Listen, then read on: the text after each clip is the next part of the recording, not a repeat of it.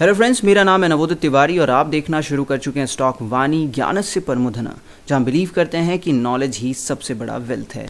तो एक नए नॉलेजेबल कंटेंट के साथ शुरू करते हैं आज का ये वीडियो। तो जैसा कि आप लोगों ने थंबनेल में देखा होगा कि निफ्टी में एक भारी बहुत ज़बरदस्त गिरावट आने वाली है, ये आप लोगों को उस थंबनेल में बताया गया और ये भी लिखा गया है कि इसे कमज़ोर दिल वाले निवेशक ना देखें। और मैं आपको यहाँ पर डराने बिल्कुल नहीं आया हूँ कि मार्केट बहुत ज़ोरदार गिरावट दिखा सकता है या 14,000 13,500 के लेवल तक जा सकता है, लेकिन जो चार्ट्स पर दिख रहे हैं मैं सिर्फ आपको वो ही कन्वे करने के लिए यहाँ पर आया हुआ हूँ। अगर हम चार्ट्स की हालत देखें तो चार्ट्स की हालत काफ़ी ख़राब है, चाहे हम बात करें डाउ जोन्स की, चाहे हम बात करें निफ्टी की, यानी कि जो आने वाले अपकमिंग टारगेट्स हैं वो काफ़ी डराने और चौंकाने वाले हैं।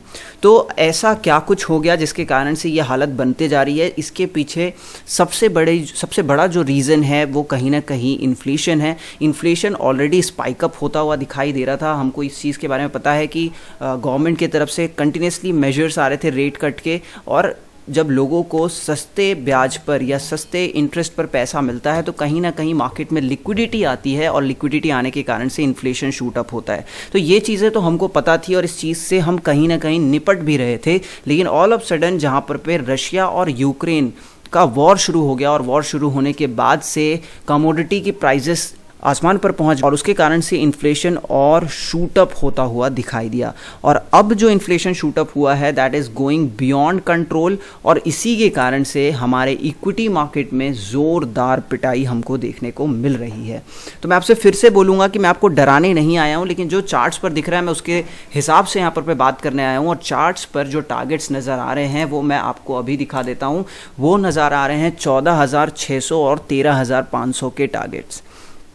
जी हाँ, 14,600 और 13,500 के टारगेट्स के लिए निफ्टी यहाँ पर तैयार होता हुआ दिखाई दे रहा है। रीजंस के बारे में बात करें तो आप देखिए कप एंड हैंडल यहाँ पर आपको दिखाई दे रहा होगा, इन्वर्टेड कप एंड हैंडल का यहाँ पर पैटर्न बन चुका है, और आज निफ्टी ने 15,800 के इस लेवल को बचाया है, जो लेवल बहुत इंपॉर्टेंट टू वॉच था। दूसरा एक लेवल जो मेरे ध्यान में है वो है 15,600। अगर 15,600 भी मार्केट तोड़ देता है तो definitely we will be heading for these targets into Nifty, that is 14,600 and 13,500। इस तरीके के टारगेट्स बिल्कुल आते हुए दिख सकते हैं आपको निफ्टी के अंदर में। और रीज़न बहुत क्लियर है कि जिस तरीके से इन्फ्लेशन बढ़ रहा है ग्लोबली और कमोडिटी के प्राइस शूटअप हो रहे हैं, आप देख रहे हैं कि रुपए ऑल टाइम लो पे चला गया है अगेंस्ट द डॉलर। 77 रुपीज़ 50 पैसे एक डॉलर की कीमत हो चुकी है। इतना करेंसी हमारा वीक पड़ता जा रहा है। तो इतनी महंगाई के सिचुएशन में आपके इक्विटी मार्केट संभल ही नहीं सकते।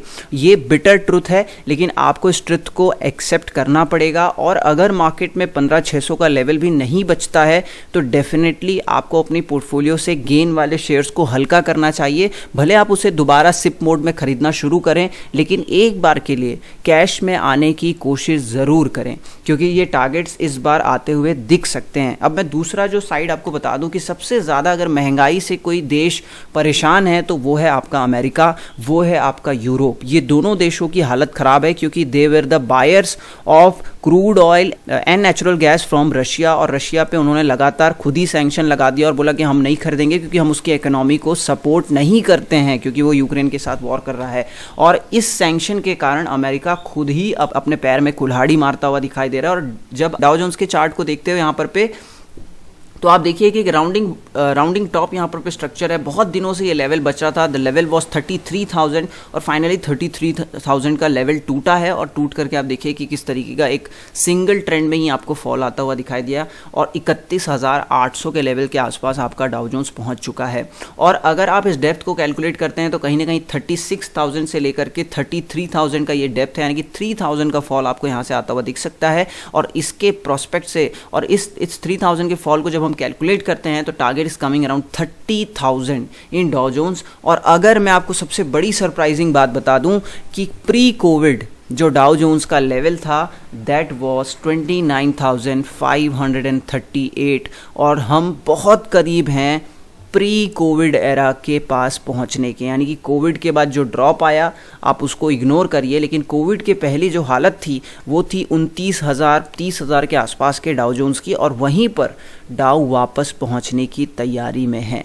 यानी कि अगर हम कोविड से उबर तो गए हैं, तो अगर हम कोविड से उबर करके एक नए ग्रोथ की टेरिटरी में होते तो डेफिनेटली हमको मार्केट कहीं और दिखता, लेकिन इन्फ्लेशन के कारण से हम शायद सिर्फ कोविड से उबर पाएंगे, हम किसी फर्दर ग्रोथ ट्रेजेक्टरी में नहीं जा पा रहे हैं, और इसीलिए हमको प्री कोविड के प्राइजेस बहुत करीब हैं यहाँ पर पे आने के। 32,000 ऑलरेडी चल रहा है, यानी कि एक 10% का करेक्शन यहाँ से आ जाता है तो आप प्री कोविड एरा में अपने आप पहुँच जाएंगे। इनफैक्ट 10% भी नहीं, 8% का भी डाउ जोन्स में करेक्शन आता है तो आप उस जगह पर पे पहुँच जाएंगे।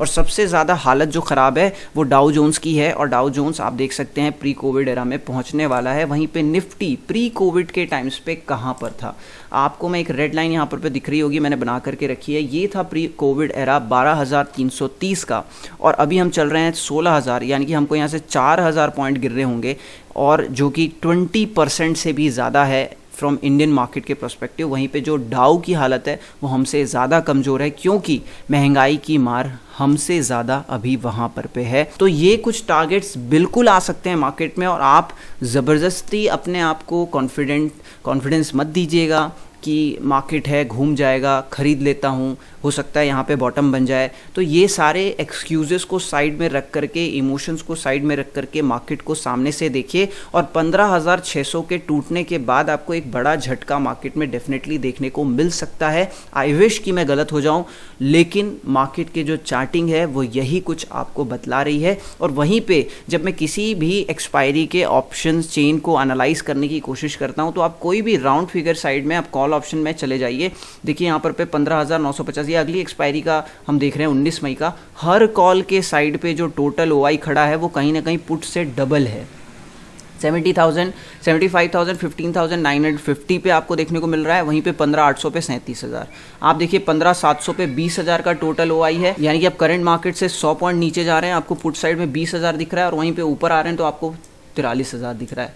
यानी कि पुट साइड पे जो टोटल बिल्टअप है वो कहीं ना कहीं कॉल के साइड के टोटल बिल्टअप से आधा है। इससे आपको समझना ये है कि जो कॉन्फिडेंस है वो सीधे हाफ है सपोर्ट की तरफ और रेजिस्टेंस की तरफ में, कि मार्केट ऊपर नहीं जाएगा, इस चीज़ पे मार्केट का डबल कॉन्फिडेंस है। तो मार्केट में बिल्कुल भी बुलिश सेंटिमेंट नहीं है।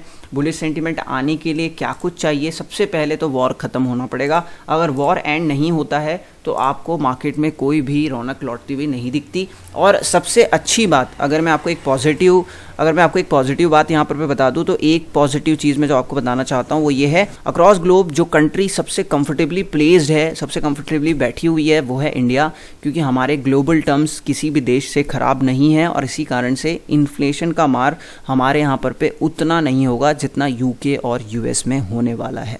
तो ये कुछ है मार्केट के आगे के टारगेट्स, प्लीज़ इसे नज़रअंदाज ना करें। 14,600 बिल्कुल दिखाई दे रहा है, और उसके बाद 13,500 भी दिख सकता है। और जब Dow Jones pre Covid era से बहुत कम दूर खड़ा हुआ है, तो निफ्टी भी 12,300 को जाने में बिल्कुल भी शाय अवे नहीं करेगा, पहुंच सकता है अगर ग्लोबल सिचुएशन ठीक नहीं होती है तो प्लीज़ अपने पैसे को बचाएं, रेंडमली कोई भी शेयर ना खरीदें।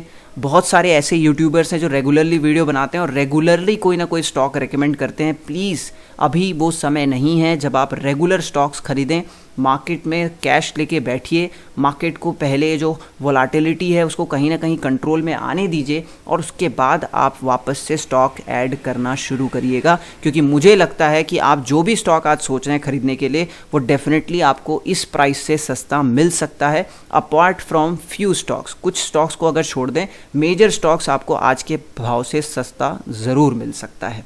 अब कौन से वो स्टॉक है जहां पर पे आपको सिप मोड में खरीदारी शुरू कर देनी चाहिए, इस पर बहुत जल्द मैं एक वीडियो बनाने वाला हूं। तो अगर आपको आज का कंटेंट अच्छा लगा तो प्लीज़ लाइक करें, शेयर करें, सब्सक्राइब करें हमारे यूट्यूब चैनल को, और इस ब्लडबाथ में, इस वोलाटिलिटी में अपने पोर्टफोलियो का ध्यान ज़रूर रखें, और अपने फाइनेंशियल हेल्थ का भी ध्यान ज़रूर रखें। Thank you so much guys for watching the content. Thank you so much.